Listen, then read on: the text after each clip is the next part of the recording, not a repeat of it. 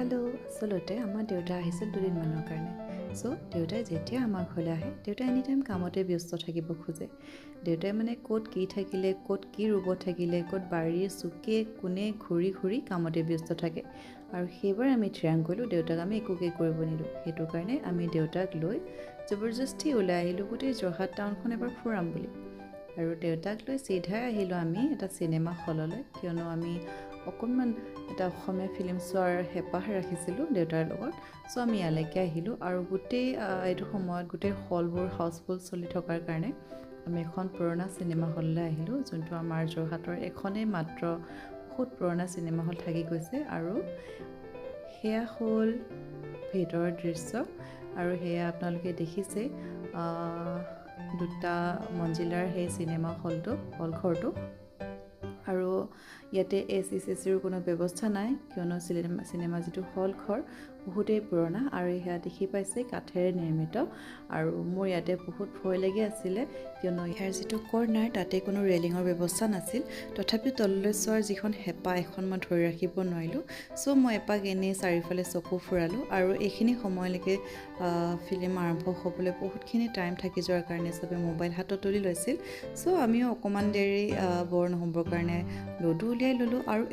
কেনেদৰে সময়টো পাৰ হৈ গ'ল আমি গমেই নাপালোঁ আৰু ফিল্ম চোৱাৰ পিছত আমি চিধা আহি গ'লোঁ আমাৰ যোৰহাটৰ ষ্টেডিয়ামত য'ত মেলা লাগি আছিলে মেলা চলি আছিলে তালৈকে পূজা আৰু মেলা বুলিয়ে মই অকণমান বলিয়া কিয়নো সৰুতে দেউতাৰ চাইকেলৰ পিছফালে উঠি মেলা আৰু পূজা চাবলৈ যোৱাৰ মজাই বেলেগ এতিয়া কিন্তু তুমি য'তেই নোযোৱা কিয় জানো এইটো আৰু আমি বিচাৰি নাপাওঁ তথাপিও পুৰণা দিনৰ স্মৃতি কৰি দেউতাক ইয়ালৈকে লৈ আহিলোঁ ইয়াতেই দেখিলোঁ বহুত কম দামতে চেল চলি আছিলে চ' মই ট্ৰাই কৰিছিলোঁ দুটামান ড্ৰেছ যদিও মই এনেকুৱা শ্লিভলেছ ড্ৰেছ আজিলৈকে ট্ৰাই কৰি পোৱা নাই তথাপিও চালোঁ বহুত বেছি বেয়াও লগা নাছিলে চ' এনেই আৰু ইয়াতেই মই দেখিলোঁ কাঠেৰে নিৰ্মিত বহুত ধুনীয়া ধুনীয়া কুণ্ডলা দেখিলোঁ বহুত বেছি দামতো নহয় আৰু মোৰ ল'ৰাই খুকুৰী চাবলৈ লাগি গ'ল কিয়নো ইয়াক হেনো খুকুৰীটো বহুত ধুনীয়া লাগিছিল আৰু ল'ৰাবোৰ তেনেকুৱাই নহয় জানো খুকুৰী কটাৰী দা কটাৰী এইবিলাকৰ প্ৰতি বেছি চৌখিন আৰু সিয়াকে নালাগে ককাক মামাক চবেই মানে খুকুৰী চোৱাত ব্যস্ত আৰু সকলোকে এটা খুকুৰী লাগে আৰু চাওকচোন খুকুৰীটো ইমানেই ধুনীয়া হাতেৰে নিৰ্মিত খুকুৰী সেইখন আৰু ইয়াৰ দামো বেছি নাছিলে হয়তো 13-15 তেনেকৈ আছিল নেকি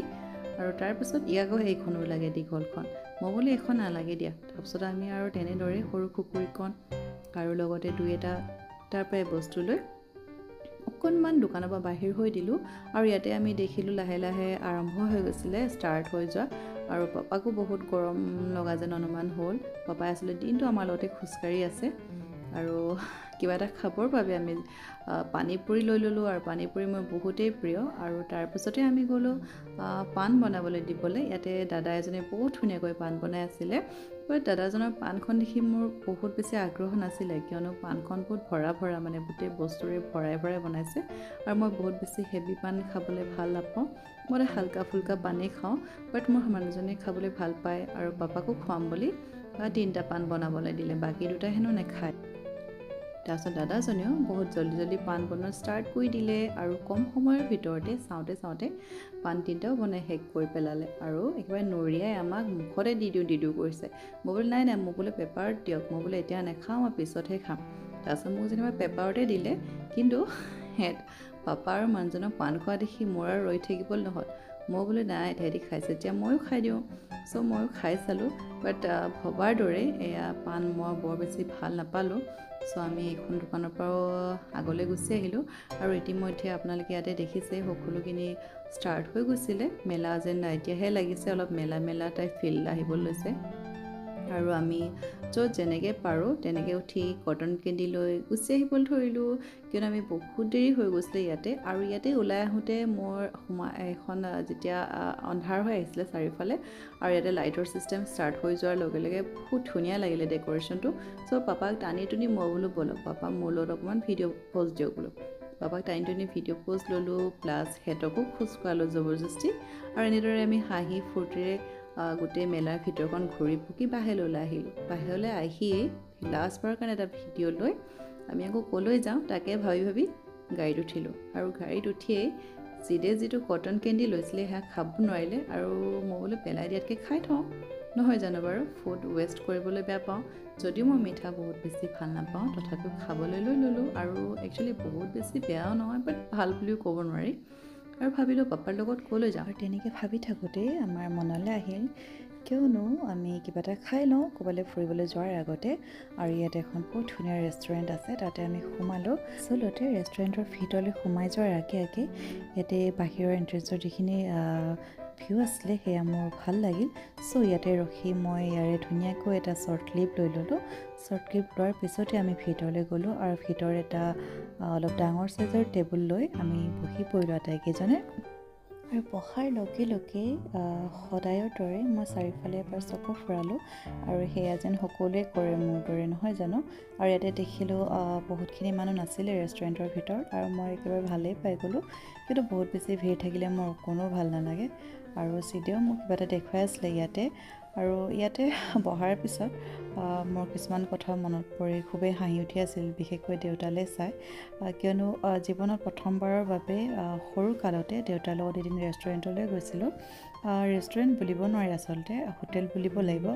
আৰু দেউতা সেই সময়ত দেউতাৰ ষ্টাফো আছিলে 5-6জনমান আৰু ছাৰহঁতে নিজলৈ চাহ অৰ্ডাৰ কৰাৰ লগতে মিঠাই অৰ্ডাৰ কৰিছিল লগতে সকলোৰে মৰমতে মোক বাৰে বাৰে সুধিছিল যে মই কি খাব বিচাৰোঁ কিন্তু সেই সময়ত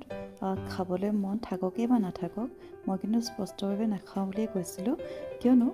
এইটো সময়ত আমি নিজৰ মেনাৰ্ছৰ ওপৰত যথেষ্ট গুৰুত্ব দিছিলোঁ যে আমি কেনেদৰে কাক ব্যৱহাৰ কৰিব লাগে কিয়নো আমি যেতিয়াই ঘৰৰ পৰা ওলাই আহোঁ আমাক মা বা দেউতা বা বাহঁতে আমাক বাৰে বাৰে বুজাই পঠিয়াইছিল যে তুমি এজন শিক্ষকৰ সন্তান আৰু এজন সন্মানীয় শিক্ষকৰ সন্তান হিচাপে যিখিনি মেনাৰ্ছ থাকিব লাগে সেইখিনি যাতে মই পাহৰি নাযাওঁ সেইটো কাৰণে সেইটো সময়ত বহুত খাবলৈ মন যোৱা স্বত্তেও মই নাখাওঁ বুলিয়ে কৈছিলোঁ কিয়নো আনৰ ক'ব নোৱাৰোঁ আমাক সদায় বাৰে বাৰে বুজোৱা হৈছিলে যে ক'ৰবালৈ ওলাই গ'লে কিবা কিবি বিচাৰি আমনি কৰা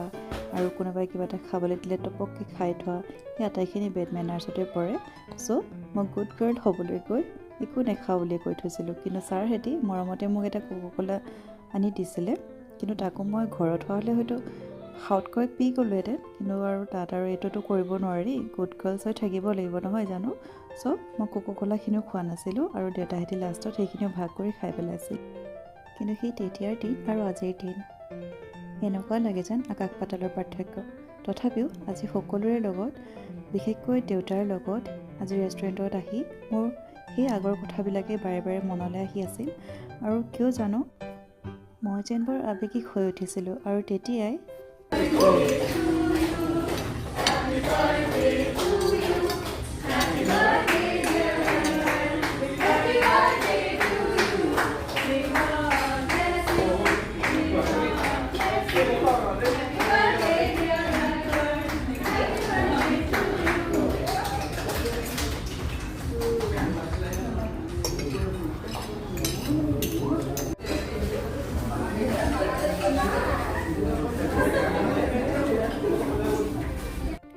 পুৰণি কথাবোৰ ভাবি থাকোঁতে কেতিয়া যে সময়টো পাৰ হৈ গ'ল গমেই নাপালোঁ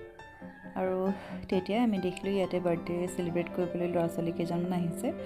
আৰু আমিও খোৱা বোৱা শেষ কৰি কফি খাই যাবলৈ বুলি ওলালোঁ কিন্তু মই ভাবিছিলোঁ দেউতাক আৰু অকণমান দূৰলৈ ফুৰাবলৈ নিম বাট দেউতাই ক'লে দেউতাৰ হেনো ভাগৰ লাগিছে আৰু হৈও দেউতাক আজি অকণমান জিৰাব দিওঁ কিয়নো কাইলৈ দেউতাই ড্ৰাইভ কৰিব যিহেতুকে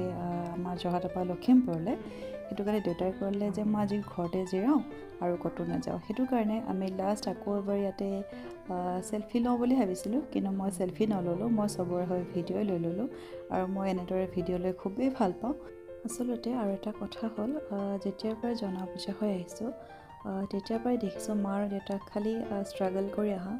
আমাৰ কাৰণে সকলোৰে কাৰণে অকল কামেই কাম কৰি অহা কেতিয়াও মা দেউতাক ক'ৰবাত অকলশৰীয়াকৈ ধুনীয়াকৈ ফুৰিবলৈ যোৱা নেদেখিলোঁ চ' আমি ট্ৰাই কৰোঁ এটলিষ্ট যেতিয়া দেউতা আমাৰ কাষলৈ আহে আমি অকণমান সময় দেউতাৰ লগত ফুৰিব যাবলৈ চেষ্টা কৰোঁ কিন্তু দেউতাই কোৱাৰ দৰে দেউতাৰ হেনো এতিয়া আৰু ইমান ঘূৰিবলৈ মন নোযোৱা হ'ল খুবেই ভাগৰো লাগে তথাপিও আমি দেউতাক লৈ প্ৰায়ে এনেদৰে ওলাই আহোঁ যেতিয়া সময় পাওঁ আৰু এনেদৰে কিয় জানো দেউতাৰ হাতখন এৰিবলৈ ভাল নাপাওঁ সদায় প্ৰতিটো খোজতে সৰুকালৰ পৰাই যেনেদৰে দেউতাক হাতত ধৰি আঙুলিত ধৰি খোজ দিছিলোঁ এনেদৰে আজিও খোজ কাঢ়িবলৈ মন যায় চ' কেতিয়াবা যেতিয়া দেউতাক কাষত পাওঁ সেই চখ পূৰা কৰি লওঁ চ' আজিলৈ আহিছোঁ বাই